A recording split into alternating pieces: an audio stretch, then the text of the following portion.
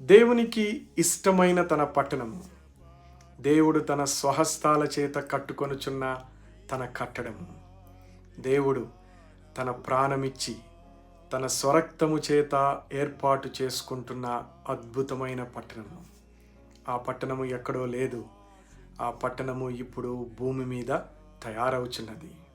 ఒకరోజు ఆ పట్టణము ఎత్తబడి ప్రభుని యేసు క్రీస్తు వారి యొద్దకు అది చేరును.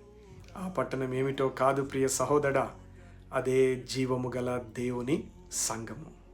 ఏ సంఘములో అయితే నిన్ను ఉంచినాడో, ఏ సంఘములో నీకు దేవుడు భాగమిచ్చినాడో ఆ సంఘమును ప్రేమించుము.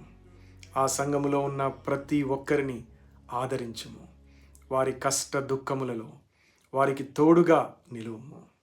నీ సంఘమును ఎప్పుడూ నిర్లక్ష్యము చేయవద్దు. నీ సంఘమును ఆశీర్వదించుము. బహుగా నువ్వు